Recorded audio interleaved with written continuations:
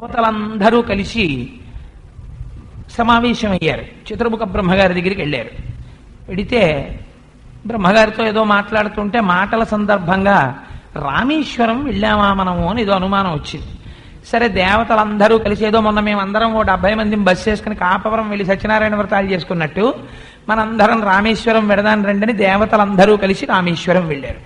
పాండిత్యం అఘాయిత్యానికి ఎలా దారి తీసేస్తుందో చూడండి. ఒక్కొక్కసారి వెడితే దేవతల్లో ఒకడు లేచి అన్నాడు, రామేశ్వరము అంటే అసలు ఆ శబ్దమునకు అర్థమేమి అన్నాడు. అంటే అందులో ఒక ఆయన లేచి అన్నాడు, రాముని యొక్క ఈశ్వరుడు. షష్ఠీ తత్పురుష సమాసం. ఏముంది అందులో ఆశ్చర్యం? రామచంద్రమూర్తి ఇక్కడ శివలింగాన్ని పెట్టి నమస్కారం చేశారు కాబట్టి రాముని యొక్క ఈశ్వరుడు. ఇది షష్ఠీ తత్పురుష సమాసం. ఇందులో పెద్ద ఆశ్చర్యం ఏముంది అన్నాడు. అనగానే కొంతమంది అన్నారు, కొంచెం మాకు అదోలా ఉంది, అలా ఒప్పుకోలేము మేము. రాముడు శివుడికి నమస్కారం చేయడం ఏమిటి? రాముని యొక్క ఈశ్వరుడు కాడు, రాముడు ఈశ్వరుడుగా కలిగిన వాడు. శివుడికి రాముడు ఈశ్వరుడు. అందుకని ఇది బహువ్రీహి సమాసం. కలది కలవాడు ఉంది కదా, వాళ్ళ బాధ ఏమిటి? వాళ్ళు రాముడికి శివుడికి నమస్కారం పెట్టడం వాళ్ళకి ఇష్టం ఉండదు. అందుకని వాళ్ళన్నారు, శివుడు రాముడికి ఈశ్వరుడిగా కలిగినవాడు, అందుకని అది బహువ్రీహి సమాసం అన్నారు. శివభక్తులు అన్నారు, రాముని యొక్క ఈశ్వరుడు షష్ఠీ తత్పురుష సమాసం, రాముడు మా శివుణ్ణి కొలుస్తాడన్నారు. అంతే. ఇంక ఇది షష్ఠీ తత్పురుషమా బహువ్రీహ? దెబ్బలాట మొదలైతే అందులో ఎవరో ఒక పెద్ద ఆయన లేచాడు. లేచి ఎందుకురా మనం కొట్టుకోవడం, అసలు మనం ఎవరి సభకెడితే రామేశ్వరంకి పంపించాడు ఒక ఆయన. పెద్ద ఆయన ఒక ఆయన ఉన్నాడు, చతుర్ముఖ బ్రహ్మగారు. రండి మళ్ళీ వెడదాం సత్యలోకానికి, వెళ్ళి ఆయన అడుగుదాం అన్నారు. దేవతలందరూ కలిసి బ్రహ్మగారి దగ్గరికి వెళ్ళారు. ఆయన వీళ్ళ అజ్ఞానం బాగా కాల్చెయ్యాలనుకున్నాడు. నన్ను అడగడం ఎందుకురా, మీకు అనుమానాలు ఎక్కడున్నాయో ఆ 2 చోట్లకి వెళ్ళి అడిగేసి రండి అన్నాడు. అంటే కైలాసానికి వెళ్ళారు. కైలాసానికి వెళ్ళి పరమశివుడి దగ్గరికి వెళ్ళి, అయా మేము రాముని యొక్క ఈశ్వరుడు అని అనుకుంటున్నాం, షష్ఠీ తత్పురుషం అని. రాముడు మీకే కదా నమస్కారం చేస్తాడు, అందుకని మీరు రాముని యొక్క ఈశ్వరుడు, కరెక్టా కదా రామేశ్వరం అంటే అన్నారు. ఆయన అన్నాడు, తప్పు, రాముని యొక్క ఈశ్వరుడు కాడు, రాముడు ఈశ్వరుడుగా కలిగిన వాడు, బహువ్రీహియే కరెక్ట్ అన్నాడు. అనేటప్పటికి అవతల పక్షం వాళ్ళు చంకలు కొట్టుకున్నారు. చూసారా ఈ స్వామి ఎలా చెప్పాడో అని. అనేటప్పటికీ ఎందుకైనా మంచిదని వీళ్ళన్నారు, ఓసారి వైకుంఠానికి వెళ్ళి ఆయన్ని అడుగుదాం అన్నారు. మళ్ళీ అక్కడికి వెళ్ళారు. అక్కడికి వెళ్ళి, అయ్యా ఇప్పుడే కైలాసంలో పరమశివుడు ఒప్పుకున్నాడండి, రాముని ఈశ్వరుడిగా కలిగిన వాడు, అందుకని శివుడు మీకు నమస్కారం చేస్తాడు, అవునా అన్నాడు. అంటే ఆయన అన్నాడు విలాసంగా శేషుడి మీద పడుకుని, ఇది ఆయన నిరాడంబరుడు అలాగే చెప్తాడు, లేకపోతే నేనెందుకు లింగ ప్రతిష్ఠ చేస్తాను, రాముని యొక్క ఈశ్వరుడు, నేనే ఆయనకి నమస్కారం పెడతాను, అది షష్ఠీ తత్పురుషం అన్నాడు. ఇప్పుడు వీళ్ళిద్దరికీ మతిపోయింది. ఎవరిని వీళ్ళు నమ్ముకున్నారో వాళ్ళు వ్యతిరేకంగా చెప్పారు. అందుకని మళ్ళీ ఇద్దరూ కలిసి మళ్ళీ బ్రహ్మగారి దగ్గరికి వెళ్ళారు. ఇప్పుడు పెద్ద గొడవ వచ్చిందండి. ఈయన మీద ఈయన ఆయన మీద చెప్తే గొడవ లేకపోను, ఆయనేమో ఆయన నాకు ఈశ్వరుడు అంటున్నాడు, ఈయనేమో ఆయన నాకు ఈశ్వరుడు అంటున్నాడు, అసలు ఏది నిజమండి అని అడిగాడు. అడిగితే బ్రహ్మగారు పెద్ద నవ్వు నవ్వి అన్నారు, మీరు ముందు కైలాసం వెళ్ళినప్పుడు కనపడ్డవాడే మళ్ళీ మీరు వైకుంఠం వెళ్ళినప్పుడు శేషుడి మీద పడుకుని కనపడ్డాడు. రాముడే ఈశ్వరుడైనాడు, విశేషణ పూర్వపద కర్మధారయా సమాసం అన్నాడు. అమ్మ బాబోయ్, అందుక జీవితంలో రామేశ్వరం దర్శనం చేయమంటారు. శివకేశవుల మధ్య భేదం లేదు, ఉన్నదిద్దరూ ఒక్కటేనన్నమాట పదార్థం. అందుకే బతికున్న నాళ్ళు శివస్య హృదయం విష్ణుర్విష్ణోశ్చ హృదయం శివ అని వాళ్ళిద్దరి యొక్క హృదయములో ఒకరి హృదయములో ఒకరుంటారు. ఎంత కాలము నేను ఈ ప్రకృతి మండలములో ఉండేటటువంటి పదార్థములను అనుభవిస్తానో అంతకాలము కూడా శివకేశవుల మధ్య అభేదమును పాటించి బతికేటటువంటి అదృష్టము నాకు కటాక్షింపబడుగాక అని నమస్కారం చేస్తాడు. అందుకే పోతన గారు అంటారు, స్త్రీ పురుష నపుంసకమూర్తియును కాక తిరియక అమర నరాది మూర్తియును కాక కర్మ గుణ భేద సదసత్ప్రకాశి కాక వెనుక నన్నియుతానగు విభుతలంతు అంటారు. ఏమిటి భగవంతుని యొక్క స్వరూపం? నిజంగా భగవంతుడు స్త్రీయా? కాదు. నిజంగా భగవంతుడు పురుషుడా? కాడు. భగవంతుడు నపుంసకుడా? కాదు. మరెవరు భగవంతుడు? నీ లోపల ఉండి ఏది తెలుసుకుంటోందో ఆ స్ఫురత్తేదో, ఆ ఏ పరంజ్యోతి ఉన్నదో అది పరమాత్మ. దాన్ని నువ్వు స్త్రీగా చూస్తే నీకు స్త్రీగా దర్శనమిస్తుంది. అజాయమానో బహుధా విజాయితే, జన్మలేనివాడు జన్మనెత్తి పరిత్రాణాయ సాధూనాం వినాశాయ చతుష్కృతాం ధర్మ సంస్థాపనార్థాయ సంభవామి యుగే యుగే అని వేదాహమేతం పురుషం మహాంతం ఆదిత్యవర్ణం తమసస్తు పారే సర్వాణి రూపాణి విచిత్య ధీర నామాని కృత్వాభివదన్ యదాస్తే.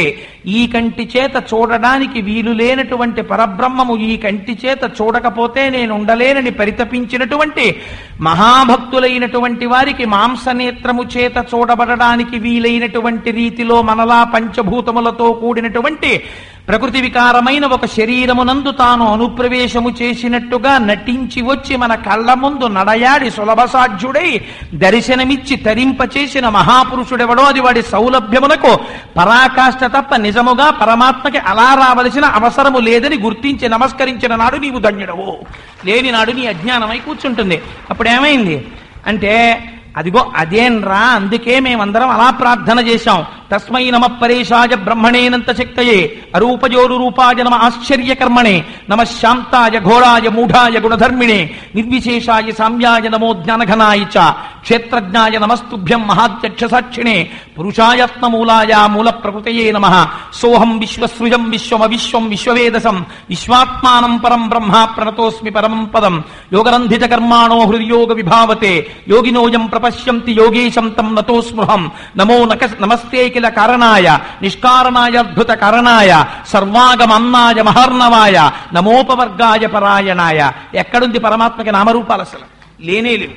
మరి నువ్వేం చేశావు? సూపర్ ఇంపోజ్ చేశావు తీసుకొచ్చి. ఏవి నామరూపములు లేని పరమాత్మకి నామరూపములను కల్పించావు. దేనికోసం? మొట్టమొదట నీ మనస్సు అక్కడ నిలబడాలి కనుక. అసలు నీ మనస్సు ముందు నిలబడితే రమణ మహర్షి ఒక అద్భుతమైన మాట చెప్తారు. మనస్సుతో పరమాత్మని తెలుసుకోవడం ఎలా? మనస్సు అందుకోలేదు కదా పరమాత్మని. ఏ ఆత్మశక్తి చేత ప్రకాశిస్తోందో అలా ప్రకాశిస్తున్నటువంటి మనస్సు వెనకనున్న ఆత్మని ఎలా తెలుసుకుంటుంది అని అడిగారు. అడిగితే రమణ మహర్షి చిరునవ్వి నవ్వి అన్నారు, పంచదార చిలుక సముద్రమునందు ప్రవేశించినట్లు అన్నారు. ఓ పంచదార చిలక సముద్రపు అడుగు భాగాన్ని తెలుసుకుందామని బయలుదేరింది అనుకోండి. కొంత దూరం వెళ్ళేటప్పటికి పంచదార చిలుక ఏమైపోతుంది? సముద్రంలో కరిగిపోతుంది. ఇప్పుడు పంచదార చిలుక సముద్రము రెండున్నాయా? లేవు. పంచదార చిలుక సముద్రములో కలిసిపోయి అనంతమైన సముద్రమునందు ఇది కూడా ఒకటైపోయినట్టు మనస్సుతో నువ్వు ఆరాధన మొదలుపెట్టి ఉపాసన మొదలుపెట్టి ఆ మనస్సు ఆత్మ చైతన్యమునందు లీనమై ఆ ఒక్కటి తప్ప వేరొకటి లేదనేటటువంటి అనంతమైన పరమాత్మ తత్వమును అనుభవించి శివానందమునందు మగ్నుడవై నిలబడిపోయిన నాడు భక్తికి చరమస్థితి. అంకోలం నిజ బీజతంతతి రయస్కాంతోపలం సూచిక సాధ్వీ నైజ విభుం లతాక్షితిరుహం సింధు సరిద్వల్లభం ప్రాప్నోతీహ యథా తథా పశుపతే పాదారవిందద్వయం చేతో వృత్తి రూపేత్య తిష్టతి సదా సా భక్తిరిచ్యుచ్యతే అంటారు శంకర భగవత్పాదులు శివానంద లహరిలో. ఏ స్థితిలో మొట్టమొదట భక్తి ద్వైతంతో ప్రారంభమై పరమాత్మ ఉన్నాడు నేనున్నాడని మొదలైందో అక్కడి నుంచి బయలుదేరి 4 మెట్లెక్కి పరమాత్మ యందు విశేషమైనటువంటి గుణములున్నాయి. అన్ని గుణములు నాయందు లేవనేటటువంటి ఒక భక్తి యొక్క పతాక స్థాయిని చేరి తుట్టతుదన జీవుడని పిలవబడినటువంటి జీవుడు కాదు, ఆ జీవుడే పరబ్రహ్మమో అని జీవ బ్రహ్మైక్య సిద్ధిని పొందినటువంటి స్థితి ఏది ఉన్నదో జ్ఞానము చేత ఎక్కడ నీవే పరమాత్మవని తెలుసుకుని వేరొక చోట వెతికితే దొరికేవాడు వాడు కాదని తెలుసుకున్నావో ఆనాడు నీవు జీవన్ముక్తుడవై నిలబడిపోయావప్పుడే నీవు మోక్షమును పొందావు.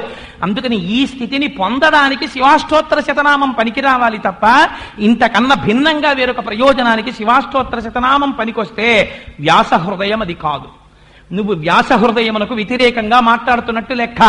అందుకని పెద్దలన్నారు వ్యాఖ్యానంలో, నువ్వు మాట్లాడేటప్పుడు ఎప్పుడు మాట్లాడినా అదే స్థాయిలో మాట్లాడా నామం గురించి అంతే. అందుకని ఇప్పుడు ఏమైంది? ఎవరు మహేశ్వరుడు?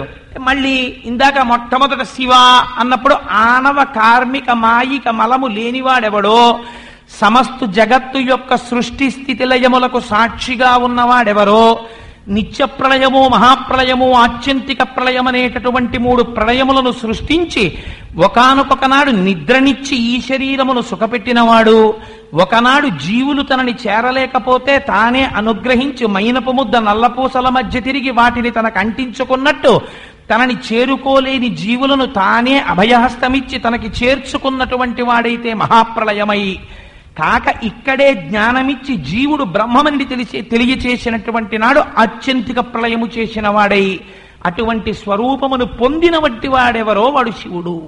మరి మహేశ్వర శబ్దంలోకి వచ్చేటప్పటికేమవుతుంది? మూడుగా సృష్టి చేస్తున్నట్లు కనపడుతున్న మూడు మూర్తులెవరో వారికి అధిష్టానమై పరిపాలనాంశయందు సింహాసనమునందు కూర్చుని నిర్వహిస్తూ 4 చేతులతో పెద్ద జటాజూటంతో తడిసిపోతున్న గంగతో చంద్రవంకతో ప్రకాశిస్తున్నటువంటి పరమాత్మ ఎవరో వాడే మహేశ్వరుడు. అందుకని శివో మహేశ్వర శంభు అంది. మహేశ్వర శబ్దాన్ని దాటితే శంభు, శంభో అని పిలిచారు స్వామిని.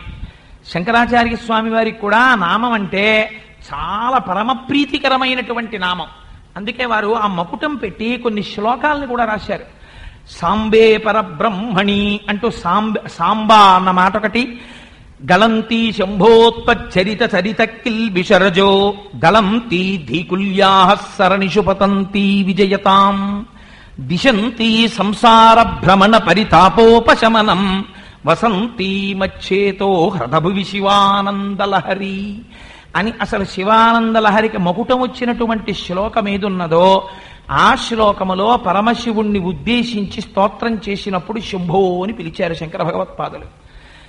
శంభు అన్న నామమునకు అర్థమేమి అంటే, అస్తమానం శంభు అంటే ఇలా ఉంటాడండి, ఈయన వేరండి. మహేశ్వర అంటే ఆయన వేరండి. శివ అంటే ఈయన వేరండి. ఈయన కింద ఈయన ఉంటాడండి, ఈయన పక్కన ఈయన ఉంటాడండి. It's a horizontal authority, it's a vertical authority అని చెప్పడానికి కాదు. This is not a question of decentralisation of power, or this is not a question of sanctioning competency or according sanctioning powers. శివాష్టోత్తర శతనామ స్తోత్రం అంటే మిమ్మల్ని జ్ఞానం వైపుకు తీసుకెళ్ళడానికి వచ్చింది తప్ప ఏదో అక్కర్లేనటువంటి విషయాలన్నింటినీ ప్రస్తావన చేయడానికి శివాష్టోత్రం ఎందుకండి? ప్రపంచంలో లౌకికంగా ఉన్న విషయాల గురించి పెడితే చాలు, శివాష్టోత్రం అక్కర్లేదు దానికి. అందులో శంభు అంటారు. శంభు అంటే శం అంటే సుఖమును, భావయతీతి శంభు, ఎవరు కల్పిస్తున్నాడో వాడికి శంభు అని పేరు. అయితే ఇక్కడే గమ్మత్తు వచ్చింది. దీని గురించి వ్యాఖ్యానంలో చాలా అద్భుతమైన మాటలు వచ్చాయి. ఒక్కొక్క స్వామి ఒక్కొక్క అందమైన మాట మాట్లాడారు. కానీ నా మనస్సు చాలా ఎక్కువగా చంద్రశేఖర పరమాచార్య స్వామి వారి వ్యాఖ్యానాల వైపుకే నడుస్తుంటుంది. శం అంటే సుఖము, కల్పించిన వాడెవరు? వాడు శంభు.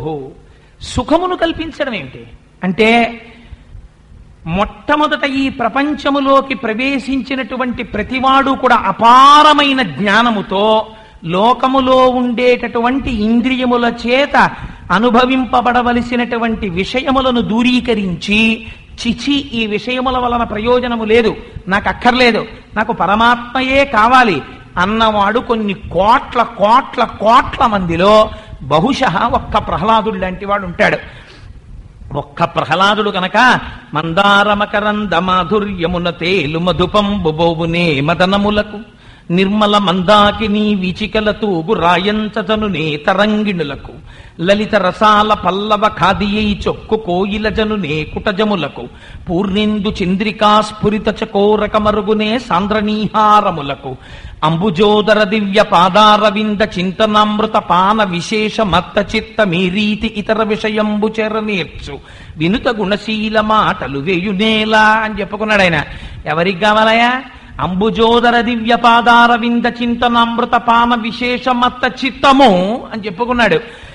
ఏ పరమాత్మ యొక్క పాదముల జంటని నిరంతరము స్మరించడము చేత, ఆ పాదముల జంట నుంచి స్రవించినటువంటి అమృతములు త్రాగడము చేత మత్తెక్కి కైపెక్కి తైతక్కలాడి తనని తాను మరిచిపోయి శివానందమునందు మునిగి మునక వేస్తున్నటువంటి మనస్సుకి అన్యమైన విషయముల వైపుకి వెళ్ళమంటే ఎలా పెడుతుందయా తండ్రి అని అడిగాడు బాల్యమునందు ప్రహ్లాదుడు.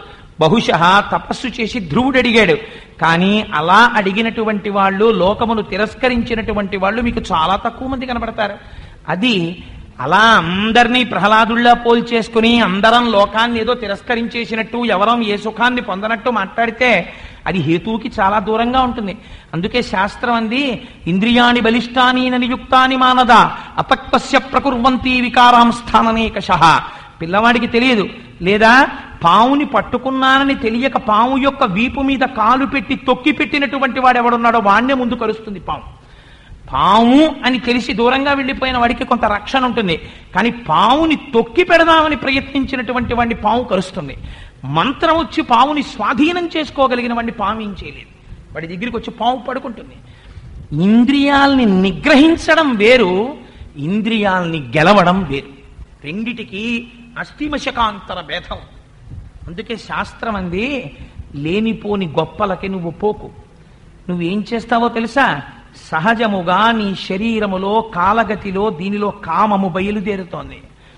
ఈ కామమును నువ్వు గెలవలేవు, చాలా కష్టం. దాన్ని ధర్మబద్ధం చేయమని చెప్పింది. మన ధర్మం మాట్లాడినట్టు, మన మతం మాట్లాడినట్టు బహుశः ఇంకెవరూ మాట్లాడలేరు. మానవత్వానికి, మనిషి జీవితానికి చాలా దగ్గర చేసి మాట్లాడుతుంది. బెల్లం పాకానికి పంచదార పాకానికి తేడా లేదన్న విషయాన్ని మాత్రం జ్ఞాపకం పెట్టుకో. నీ కామము తీరడానికి నీ భార్య యందు మనస్సు పెట్టుకో, చాలు, ధర్మబద్ధం అయిపోతుంది జీవితం. సంతానము ధర్మ సంతానం అయిపోతుంది. కానీ పాకముల యొక్క రంగులు చూసి బెల్లం పాకం నల్లగా ఉందని, పంచదార పాకం తెల్లగా ఉందని రెండిటినీ తాగినా తీపే అని తెలుసుకునే లోపల నీకు ఒక పెద్ద పాపం సంక్రమిస్తోంది. నీ భార్యని తప్ప నువ్వు అతిక్రమించడానికి వీల్లేదు, అది చెలియలి కట్ట అందంతే శాస్త్రం. ఎంత గొప్ప మాట చూడండి. నీకు నీవుగా విధించుకున్న షరతు. ఒక పశువుకైతే ఆ షరతు అక్కర్లేదు, నీకు ఆ షరతు కావాలి. ధర్మేచ అర్ధేచ కామేచ నాతిచరామి, నేను అతిక్రమించని స్త్రీని అని ప్రమాణం చేస్తేనే స్త్రీని కన్యాదానం చేస్తాడు మామగారు, లేకపోతే ఇవ్వడు. అందుకని ఆ ప్రమాణమే మనకి ప్రధానం. విశ్వనాథ సత్యనారాయణ గారు అంటారు, మహానుభావుడు, సముద్రము అది తలుచుకున్న క్షణంలో దానికి ఎదురుగా ఉన్నటువంటి ఒడ్డుని అతిక్రమించి ఊరు మీదకొచ్చి పడిపోగలిగినటువంటి శక్తి సముద్రానికి ఉంది. అయినా సముద్రము ఒక షరతు పెట్టుకుంది, నేను ఒక కెరటంగా వచ్చి అలా ఒడ్డు దాకా వచ్చి వెనక్కి వెళ్ళిపోతాను తప్ప బీచ్ రోడ్ని మాత్రం నేనిప్పుడూ ముట్టుకోను. బీచ్ రోడ్ని సముద్ర కెరటం ముట్టుకుంటే అది పేపర్లో ఫస్ట్ పేజీలో న్యూస్, సునామీ టీవీ. అలా రాకూడదు, అది ప్రమాదం వైపుకి వెళ్ళిపోతోందని గుర్తు. పురుషుడికైనా స్త్రీకైనా చెలియలి కట్ట. వాళ్ళకొక నియమం ఉంది, ఆ నియమం ఒక పురుషుడు ఒక స్త్రీ అంతే. అందుకే మనుష్యుడిగా ప్రవర్తించడానికి వచ్చినవాడు కాబట్టే రామావతారంలో దశరథ మహారాజు గారికి కొన్ని వందల మంది భార్యలున్నా రామచంద్రమూర్తి మాత్రం దక్షిణ నాయకుడు కాడు. తనంత తానుగా విధించుకున్న షరతు. జీవితమంతా సీతమ్మతోటే. మానసికముగా మనస్సులో ఊహించినప్పుడు కూడా, బాధపడినప్పుడు కూడా, యవ్వనం తరిగిపోతోందనుకున్నప్పుడు కూడా, కాలం వెళ్ళిపోతోందనుకున్నప్పుడు కూడా, శరత్కాలం వచ్చిందన్నప్పుడు కూడా, వర్షం పడుతోందన్నప్పుడు కూడా, చిలుకల జంటని చూసినప్పుడు, నెమళ్ల ఆటని చూసినప్పుడు సీతమ్మ గుర్తొచ్చింది. కానీ అక్కడే కిష్కింధలో స్త్రీ పురుషులు కలిసి సంతోషంగా గడుపుతున్నటువంటి ఏ ఇతరమైనటువంటి వ్యక్తులు కూడా రామచంద్రమూర్తి యొక్క మనస్సులోకి ప్రవేశించలేకపోయారు. ఇది ఒక మనిషిగా నువ్వు ఏర్పరచుకోవలసినటువంటి హద్దు. ఇది నీ జీవితాన్ని ధన్యం చేసుకోవడానికి నువ్వు పెట్టుకోవలసినటువంటి నియమం. అందుకని సుఖము నీవు అనుభవించవద్దు అని శాస్త్రం ఎక్కడా నియమం పెట్టలేదు. నువ్వు సుఖాన్ని ముట్టుకోకు, నువ్వు సుఖాల వైపుకి వెళ్ళకు అని మీరు చెప్పారనుకోండి, అప్పుడు ఏం చెయ్యాలి? అందరూ సుఖాన్ని తోసిరాదని, మాకు ఈ సుఖం వద్దని. అందుకే ప్రథమో దైవ్యోభిషక్ అంది శాస్త్రం. చంద్రశేఖరులు అంటారు, విషమును నువ్వు తీసి పుచ్చుకున్నావు అనుకో చచ్చిపోతాం, ఎందుకు పనికిరాం. ఇదే విషాన్ని ఒక డాక్టర్ తన దగ్గరికి తీసుకుని ల్యాబొరేటరీలో పెట్టి ఈ విషంలో ఎంత పాళ్ళు తీసుకెళ్లి ఒక మందుగా తయారు చెయ్యొచ్చు అనేటటువంటి ఫార్ములాని డిజైన్ చేసి ఆ టాబ్లెట్ తీసుకొచ్చి మీ చేత మింగించాడు అనుకోండి, ఈ లోపలికి వెళ్ళినటువంటి చిన్న విషము లోపల ఉన్నటువంటి పెద్ద జ్వరాన్ని తగ్గిస్తోంది. విషాన్ని శుద్ధి చేయగలిగినటువంటి శక్తి వైద్యుడికి ఉన్నట్టు నువ్వు అనుభవించేటటువంటి విషయములు బరితెగించిపోకుండా సుఖములను అనుభవించేటట్టు చేయగలిగినటువంటి కట్టడి నీ తల్లి చెయ్యలేదు, నీ తండ్రి చెయ్యలేడు, నీ భార్య చెయ్యలేదు. ఒకానొక స్థితిలో శరీరములో బలముంది, నీకు 4 రాళ్ళు వస్తున్నాయి, నువ్వెవరికి భయపడక్కర్లేదు. నే తప్పు చేస్తే చూసేవాళ్ళు లేరు, నన్ను అదుపులో పెట్టగలిగిన వాళ్ళు లేరు అనుకుంటావు. కానీ అన్ని కాలముల యందు సూర్య చంద్ర అగ్నిహోత్రములు నేత్రములుగా కలిగినటువంటి స్వామి చూస్తున్నాడు. నేను ఏ తప్పు చేసినా ఆయన లెక్క కట్టుకుంటాడన్న భయం నీకుంటే అది భగవంతుని యందు భక్తికి నిజమైన నిదర్శనం. అది ఉన్ననాడు నువ్వు తప్పు పని చెయ్యవు, నీ కట్టడిలో నువ్వు ఉంటావు. అందుకని శం అంటే సుఖము, భావయతి కల్పించువాడు. సుఖముద్దా కావాలి. ఎలా కావాలి? ధర్మబద్ధం చేసింది. మన శాస్త్రానికి ఉన్న గొప్పతనం అంతా అదే. నువ్వు హాయిగా చిన్నతనంలో చదువుకో, స్నాతకం అయ్యేంత వరకు నువ్వు గడ్డం పెంచుకో, స్నాతకం అయ్యేంత వరకు నువ్వెప్పుడూ కేశఖండనం చేసుకోకో, స్నాతకం నాడు నువ్వు కేశఖండనం చేసుకో. గోదానం చేస్తారు, అందుకే గోదానం అంటే గోదానం కాదు, కేశఖండనం. ఆ రోజున ఆ తర్వాత వివాహం చేసుకో, గృహస్థాశ్రమంలోకి ప్రవేశించావు. గృహస్థాశ్రమంలోకి దేనికి ఎడుతున్నావు అంటే ఎప్పుడు మళ్ళీ ధర్మమే. చాలా జాగ్రత్తగా ఉండు సుమా. అతిథి దేవో భవ, మాతృదేవో భవ, పితృదేవో భవ. తల్లిని తండ్రిని దేవుడిగా చూసుకో, అతిథిని దేవుడిగా చూసుకో. నీ స్వాధ్యాయం చెయ్యడంలో నువ్వేమీ పొరపాటు చెయ్యకు, నీ కర్మ నువ్వు చెయ్యడంలో పొరపాటు చెయ్యకు. గురువుగారి దగ్గర కూర్చుని ఇన్ని మంచి మాటలు చెప్పి గృహస్థాశ్రమంలో ప్రవేశపెడతాడు. ప్రవేశపెట్టిన తర్వాత యవ్వనంలో తన శరీరమునకు సహజముగా కలిగినటువంటి కామోద్రేకమునకు ఉపశాంతి చేకూర్చడం కోసం తన యొక్క తేజస్సుని కేవలము తన ధర్మపత్ని యందు మాత్రమే ప్రవేశపెడతాడు. అలా ప్రవేశపెట్టబడినటువంటి తేజస్సు ఆత్మావై పుత్రనామాసి, తానే తన కుమారుడిగా మారి తన యొక్క శరీరము తన యొక్క ఆయుర్దాయము పెరిగినట్టుగా లెక్క కట్టబడి తన కుమారుడై బయటికి వస్తోంది. వస్తే ఇప్పుడు వారిద్దరి యొక్క కలయికకి ధర్మబద్ధమైనటువంటి సాక్ష్యము ఆ సంతానమై ఉన్నది. ఇప్పుడు నువ్వు సుఖం అనుభవించావా లేదా? అనుభవించావు. నువ్వు ఒక మధుర పదార్థం తినాలనుంది, నువ్వు తినద్దని శాస్త్రం చెప్పలేదు. మధుర పదార్థం వండుకో, మధుర పదార్థం తిను. అంతకన్నా దూరం చేసి నువ్వు శివాష్టోత్తరం చెప్తే పరమాచార్య స్వామి అంటారు, నువ్వు ఎక్కడో ఏదో భక్తులకి దూరం చేసి మాట్లాడుతున్నావు, అది ప్రాక్టికల్ లైఫ్కి పనికిరాదు. ప్రాక్టికల్ లైఫ్కి పనికి రాకుండా, ఉపాసనకి పనికి రాకుండా మాట్లాడింది ఏది కూడా వేరొకరిని ఉద్ధరించదు. వేరొకరిని ఉద్ధరించేటట్టు ఒక మట్టి ఎక్కించేటట్టే ఉండాలంతే వ్యాఖ్యానం నామానికి. అందుచేత నీవు పొందేటటువంటి సుఖము ఏదైనా సరే ధర్మబద్ధమైనటువంటి సుఖమును గృహస్థాశ్రమములో ఉన్నవాడు అనుభవించవచ్చు. దానికి ఏం దోషం లేదు. అందుకనే సుఖం ఎక్కడి నుంచి వస్తోంది? నువ్వు ఒక ధర్మబద్ధమైన సుఖాన్ని కోరుకోవాలి. కానీ ఈ సుఖం ఎక్కడ నుంచి వస్తోంది? ఇదొక్కటి నువ్వు జ్ఞాపకం పెట్టుకుంటే చాలు, నీ జన్మ ధన్యమైపోయినట్టే. అందుకే మన వాళ్ళు అమాయకులు కారండి. కాళహస్తీశ్వర శతకంలో ధూర్జట్ అంటాడు, దేని వల్ల ఏది మారుతోందో చెప్తాడు. మీకు ఒక సముద్రం ఉంది, ఒక కోరిక పుట్టింది, ఈ సముద్రం అంతా మంచి సేద్యం చేసే భూమి కింద మారిపోతే బాగుండు, నేను పంట పండిస్తాను అనుకున్నాడు ఒకడు. ఎవడు చేస్తాడండి సముద్రాన్ని? ఎవడైనా పంట భూమి కింద మార్చగలిగిన వాడు ఉంటాడా? ధూర్జట్ అంటాడు, అలా మార్చగలిగిన వాడు ఒకడున్నాడు. నీ కోరిక ధర్మబద్ధమైతే అంత పని చెయ్యగలిగిన వాడున్నాడు. ఉపమన్యువు అడిగాడు పరమశివుణ్ణి, నాకు ఆవు పాలు కావాలి తాగడానికి అని అడిగాడు. అడిగితే ఎందుకు వచ్చింది ఆ విశేషం? ఉపమన్యువు తల్లి కడుపేదరాలు. ఉపమన్యువు పిల్లలతో ఆడుకుంటున్నాడు. ఆడుకుంటుంటే వాళ్ళందరూ పాలు తాగుతున్నారు.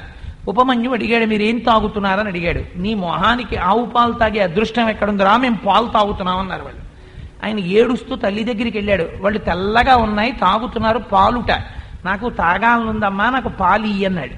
అంటే ఆవిడంది, మనం దరిద్రులం, మనకి పాలు ఎక్కడి నుంచి వస్తాయి నాన్న అంది. అమ్మ అలా కాదు, నాకు పాలు తాగాలనుంది అన్నాడు. ఆ తల్లి పిల్లవాడిని సముదాయించలేక ఇంట్లోకి వెళ్ళి కాస్త వరిపిండి తీసి కాసిని నీళ్లల్లో కలిపి ఇవే పాలు తాగంది. పిల్లవాడికి రూపము తప్ప దాని యొక్క స్వభావము తెలియదు. గొప్ప కోసమని ఆ గ్లాసు పట్టుకుని అందరి మధ్యలోకి వెళ్ళి నేను కూడా పాలు తాగుతున్నానన్నాడు. ఆ పిల్లలు అన్నారు, నీ మొహం నువ్వు తెచ్చుకున్నవి పాలు కావు, పిండి నీళ్ళవన్నారు. ఆయన వెనక్కి తిరిగి వచ్చి అన్నాడు, అమ్మ నన్ను ఎందుకు మోసం చేశావు? పాలు కాదు, అవమానం మీద అవమానం, ఇవి పిండి నీళ్ళు ఇచ్చావు నువ్వు అన్నాడు. అంటే ఆవిడంది, పిచ్చివాడా, మనకి పాలు ఎక్కడి నుంచి వస్తాయి, మనం కటిక దరిద్రులం. ప్రపంచంలో ధర్మబద్ధమైన కోరిక నువ్వు కోరితే ఇయ్యగలిగిన వాడు ఒక్కడే ఉన్నాడు, వాడే పరమాత్మ, పరమశివుడు.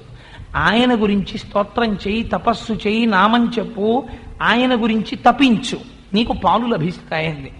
విషయం చిన్నదవచ్చు, గ్లాసుడు పాల కోసమని పరమశివుడి కోసం తపస్సు చేయమని చెప్పడం ఏమిటి తల్లి అంటే? అందులో మీరు తెలుసుకోవలసింది, మీకు సుఖమును కలిగించేటటువంటి ఎంత చిన్న విషయమైనా ఈశ్వరానుగ్రహంగానే వస్తోంది.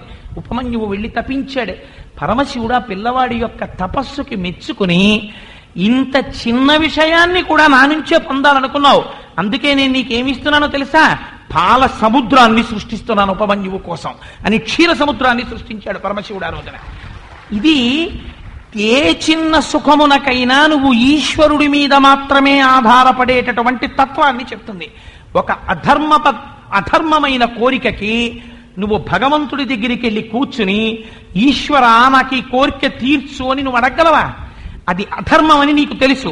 నీకు లోపల ఉన్నవాడు వైశ్వానరుడు, పరమాత్మ ఇక్కడే ఉన్నాడు అగ్నిహోత్ర రూపంలో అని నీకు తెలిసిందనుకో, తెలిస్తే నువ్వు సాత్వికమైనటువంటి పదార్థాన్ని తింటావు. ఇక్కడే భగవానుడు వెంకటాచలంలో లేడు అంటే, లేడంటే నా ఉద్దేశం అక్కడ లేడని కాదు, భగవానుడు శ్రీశైలంలో కాదు, ఇక్కడే ఉన్నాడు, నాలోనే ఇక్కడే నిలబడి ఉన్నాడు పరమాత్మ. నేను తింటున్నవన్నీ ఆయన మీద పడుతున్నాయి, ఆయనే నన్ను అనుగ్రహిస్తున్నాడు అన్న రోజున నువ్వు ఇంత సీసాతో సారా పట్టుకెళ్ళి ఆయన మీద పోయగలవా? లోపల స్వామి మీద పడుతోందని తెలిసిన నాడు, అమ్మో లోపల స్వామి ఉన్నాడు నేను పొయ్యలేనంటావు. ఏదో ఓ తెల్ల కడ్డీ ఒకటి పట్టుకుని ఆయన మొహం మీదకు పొగ లాగగలవా? లాగలేవు. ఎందుకు లాగలేవు? లోపల స్వామి ఉన్నాడని. ఎందుచేత? లోపల వాడున్నాడు అన్న భావన నీకు కలగగానే, నీకు ఏదైనా వాడి వల్లే వస్తుంది అన్న భావన నీకు కలగగానే నీ కోరిక యందు నియతి ఏర్పడుతుంది. అమ్మో ఇది నేను స్వామిని అడగడమే, అడగడానికి కూడా ఒక నిజాయితీ ఉండాలి, ఈ కోరిక నేను అడగచ్చు అంటావు. కానీ వాడెటువంటి వాడు ఏదైనా ఇవ్వగలిగిన వాడు. పవి పుష్పంబగు అగ్ని మంచగు నాకూపారం భూమిస్థలంబగు శత్రుండతిమిత్రుడు విషము దివ్యాహారమౌ నెన్నగా అవనీ మండలి లోపలం శివ శివేచ్ఛాభాషణోల్లాసకిన్ శివ నీనామము సర్వవశ్యకరమౌ శ్రీకాళహస్తీశ్వర. శివ అన్న నామం నాకు అక్కర్లేదన్నవాడు ప్రపంచంలో ఉండడు. ఎవరు శివనామము చెప్పుకుంటున్నాడో వాడు ఉదారుడై వాళ్ళందరినీ గట్టెక్కించేస్తాడు. అందుకే శ్రీకాళహస్తి క్షేత్రం దగ్గరికి వెళ్ళేటప్పటికి మాత్రం పశ్చిమాభిముఖమై ఉంటుంది శివలింగం, వాయులింగం. అక్కడ మీరు పంచభూత తత్వంలో దాన్ని వాయులింగంగా చెప్పడం దోషం కాదు, శ్రీకాళహస్తి వాయులింగమే, కానీ దాంట్లో ఉన్నటువంటి పరమార్థం వేరు. మీరు ఒక్కసారి శ్రీకాళహస్తి క్షేత్రానికి వెళ్ళి ఎప్పుడైనా పరమభక్తితో ఒక్కసారి నమస్కరించి ఈశ్వరా నువ్వే నాకు దిక్కు అని చెప్పి వస్తే ఆయన చేసేటటువంటి మహోపకారం ఒకటి ఉంటుందిట. ఆయన ఎప్పుడు పడమట చూస్తూ ఉంటాడు. ఏమిటి పడమట? మన ఆయుర్దాయము ఊపిరిల కింద ఉంటుంది లెక్కలో. ఇన్ని ఊపిరులు వీడు జీవించాలి అని ఉంటుంది. చిట్ట చివరి ఊపిరి ఏది ఎవ్వరికీ తెలియదు. ఎవరికి తెలుసు? నేను సర్వజ్ఞుణ్ణి అనుకుంటూ ఉంటాడంతే. కానీ ఫలానా రోజున నా చిట్ట చివరి ఊపిరి అయిపోతోంది అన్న విషయము ఎవ్వరికీ ఎరుకలో ఉండదు. ఎవరు శ్రీకాళహస్తి క్షేత్రానికి వెళ్ళి పడమట దిక్కుకు తిరిగినటువంటి పరమశివుడి ముందు మోకరిల్లి, స్వామి నీవు తప్ప నాకు అన్యగతి లేదు, ఇంకొక దేహమును పుచ్చుకోలేను, ఇంకా ఇన్ని దేహాలు పుచ్చుకోవాలని కోరిక లేదు, అలాగని ఇప్పుడు నాకు జ్ఞానం లేదు, నేను చేసిన శివార్చన లేదు, శ్రీశైలేషు భజింతునో యభవు కాంచీనాథు సేవింతునో కాశీవల్లభు కొల్వబోధున మహాకాళేషు పూజింతునో నా శీలం బణువైన మేరువణుచున్ రక్షింపవే నీ కృపా శ్రీ శృంగార విలాస హసములచే శ్రీకాళహస్తీశ్వర అంటాడు ధూర్జటి. నేనెప్పుడు శ్రీశైలం వెళ్ళలేదు, నేనెప్పుడు వారణాసి వెళ్ళలేదు, నేనెప్పుడు ఏ శివాలయంలో అభిషేకాలు చెయ్యలేదు, ఒక్క బిల్వపత్రాన్ని పూజించలేదు. కానీ శంకర నీ దగ్గర ఒక గుణం ఉంది, నువ్వే నన్ను అనుగ్రహించాలనుకున్న నాడు నాలో ఉన్న ఒక చిన్న గుణాన్ని వెతికి పట్టుకుని ఒకనాడొచ్చి నువ్వు నాకు ఈ మాట చెప్పావు కదా చాలు అని చెప్పి నన్ను నీ హక్కున చేర్చుకుంటావు. గుణము నీది. పశుమాం సర్వజ్ఞ ప్రథిత కృపయా పాలయ విభో అంటారు శంకర భగవత్పాదులు. నేను పశువుని, నువ్వు పశుపతివి. చాలదా ఈ సంబంధం? నువ్వు జ్ఞాపకం పెట్టుకుని నన్ను ఉద్ధరిస్తావు. ఆ ఉద్ధరించడం కూడా ఎలా ఉద్ధరిస్తావో తెలుసా? నాకు జ్ఞానం లేదు, నేను సంసారమునందు మగ్నుడనై తిరుగుతున్నాను. తిరుగుతుంటే నువ్వు నన్ను ఎలా కాపాడాలో తెలుసా తండ్రి అంటే, కాళహస్తీశ్వర శతకంలో ధూర్జటి ఒక బహుగొడుసరి పద్యం ఒకటి రాశాడు.